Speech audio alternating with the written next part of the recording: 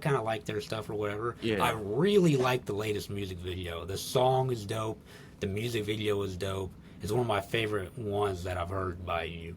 But yeah, go ahead and explain to the listeners like what it's about, and maybe we can even watch like a little bit of clips on here. Yeah. So the main purpose of the song is it's just I felt that I could no longer be silent about the way things are headed over here in Taiwan. Now I know in international media when Taiwan is mentioned, it is basically only mentioned insofar as, oh, it is a counter to China, it is the anti-China, and not a lot of attention is paid to the internal politics over here, which I do not blame. This is a very tiny island, but in terms of Chinese geopolitics, it may be a small tiny island, but its position in geopolitics, global geopolitics, and Sino-U.S. relations kind of outweighs its physical size, if you know what I mean, just because of various historical factors and whatever. And I noticed as of late, there's no shortage of Western reporters in Taiwan, especially after the 2019 riots in Hong Kong. A lot of journalists working for Western media outlets that used to be based on the Chinese mainland or in Hong Kong relocated to Taiwan. So there's no shortage of them, but it's very clear to me that they're only reporting things that the ruling party, the Democratic Progressive Party, the DPP, wants them to report. And part of it is so that they can sell the image to DPP supporters within Taiwan, saying, "Hey, look, these Westerners, they support us, they support our cause, they support our cause. We're doing the right thing. We got the white man's support." That's kind of like the psychology that they play.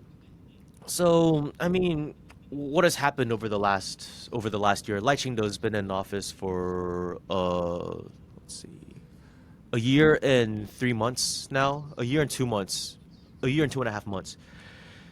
He's done nothing to benefit the people. There's been no policy victories. I mean, and for this entire year, the party's been focused on one thing and one thing only, which is to recall as many opposition legislators in the legislature as they could.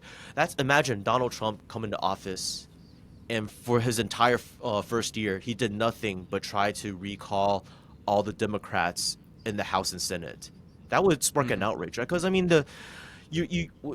recalls are used for individual politicians if they're really corrupt or they're just doing a super bad job. They've betrayed the people. I mean, all of them do, but like after a certain extent, when it's like beyond reasonable doubt, you do this to remove individual politicians. You don't use the recall to try to form a one-party state.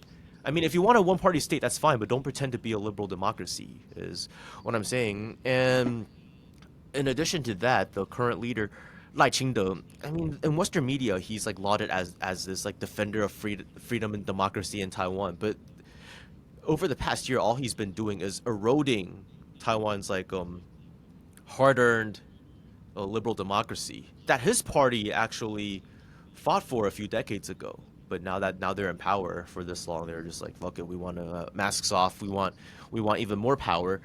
So I mean, I think the biggest development last year was the emergence of a third party. Well, they were formed before, but they gained 8 seats in the legislature, and in our legislature we have 113 seats.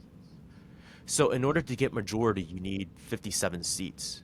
Now, right now, the situation is this. The DPP has 51 seats, so they're 6 short of getting into that majority, right?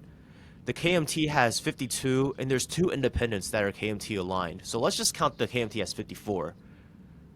What does this mean? If neither of the two major parties have the majority, that means the third party with its 8 seats has a very major role. Imagine if like in America, people are always like, oh, don't vote third party. If you vote third party, you're just taking votes away from the Democrats. Well, what if like one party has 48% of the House and the other has 48, and then the third party has 4%, and you assume that the two major parties vote opposite ways every time?